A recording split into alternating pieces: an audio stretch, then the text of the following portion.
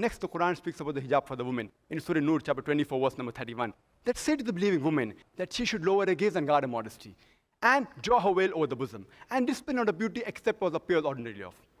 Except in front of her husband, her father, her sons, and a big list of mahrams, the close relatives, is given. And there are basically 6 criteria for hijab.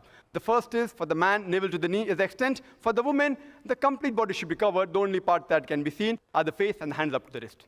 Second, and the remaining 5 are the same for the men and women. Second is, the clothes they wear should not be so tight that it reveals the figure. Third, it should not be transparent so that you can see through.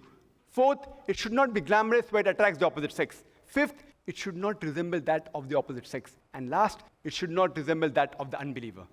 And the reason for hijab is given in Surah Ahzab, chapter 33, verse 59, that, O Prophet, tell your wives and the believing women that when they go abroad, they should put on the cloak so that they shall be recognized. And it will prevent them from being molested. Hijab has been prescribed for the women so that it will prevent them from being molested. Suppose there are 2 twin sisters who are equally beautiful who are walking down the streets of London. One is wearing the Islamic hijab, complete body covered, except the face and the hands up to the wrist. And the other twin sisters wearing the skirt or the short mini, the Western clothes. And they're walking down the streets together, and round the corner, there is a hooligan. There's a ruffian waiting for a catch. Which girl will it tease? Will it tease the girl wearing the Islamic hijab, or will it tease the girl wearing the skirt or the mini? Which girl will it tease? The girl wearing the skirt or mini. It's but natural. Quran rightly says hijab has been prescribed to prevent the woman from being molested. And a similar message is given in the Bible. If you read in the book of Deuteronomy, chapter number 22, verse number 5, the woman shall not wear clothes that which pertain to a man, and a man shall not wear clothes that which pertain to a woman. It's mentioned in the 1 Timothy, chapter number 2, verse number 9, that the woman should be dressed up with modesty, with shamefacedness and sobriety.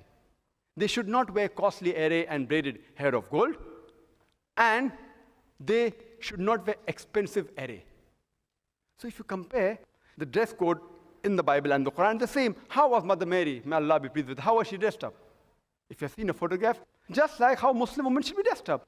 So if you read the scriptures, not going on what the followers do, if you read the scripture, the dress code of Islam and Christianity is the same. Is not Islam ruthless as it has permitted chopping off hands for theft, whereas Christianity is a religion of love and mercy? There is a reference to the Quran of this. What the brother is referring to, that there's a quotation in Surah Ma'idah, chapter number 5, verse number 30, which says that as to the thief, be it a man or a woman, chop off his or her hand as a punishment from Allah subhanahu wa ta'ala. In Islam, there is a philosophy that we should not rob. Same as then Christianity. But Islam, besides telling not to rob, it shows you a way how to achieve that state in which people will not rob. Islam has a system of zakat, that's every rich person who has a saving of more than the nisab level, he or she should give 2.5% of that saving every lunar year in charity. And it's the duty of the state to look after the people that they are properly fed, etc. And if after that anyone robs, the Islamic Sharia says, Quran, Surah Ma'idah, chapter 5, verse number 38, that as to the thief, be it a man or a woman, chop off his or her hand as a punishment from Allah subhanahu wa ta'ala. People may say, it's a ruthless law, it's a merciless law. I'm asking the question that today America, which happens to be one of the most advanced countries in the world, unfortunately also has one of the highest rates of crime. If you implement the Islamic Sharia in America, that every man, he should give zakat, who's rich, 2.5% of his excess saving in charity, and the state should look after the people, and after that, if anyone robs, chop off his or her hand as a punishment. I'm asking the question, will the rate of robbery, will it increase? Will it remain the same, or will it decrease in America? What will happen? It will decrease. It's a practical law. You implement the Sharia. Regarding Christianity is a merciful religion. Yes, it speaks about God as merciful. Even Quran, every chapter begins with the statement, Bismillah ar-Rahman ar-Rahim, in the name of Allah, most gracious, most merciful. There is even a reference in the Bible regarding chopping off the hand for people who don't know.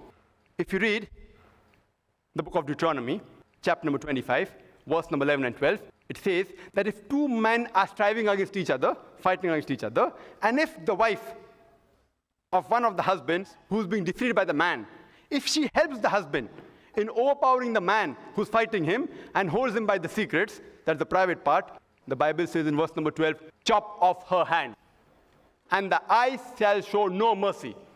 So even the Bible has chopping off the hand. If the wife helps the husband, if someone is trying to overpower him, the Bible says chopping off the hands. Deuteronomy chapter 25, verse number 11 and 12. And Islam is a merciful religion as well as just. it sees to it that it does justice between both. The person committing the crime, if the punishment is strict, he will not commit again. And the person on whom crime is committed, Allah sees to it that mercy is done on both. Afterwards? Inshallah, after that, I'll answer the other question. Reverend Taylor actually has to go and pick up his mother from the station, so I'm going to actually ask him to come and answer. He's got loads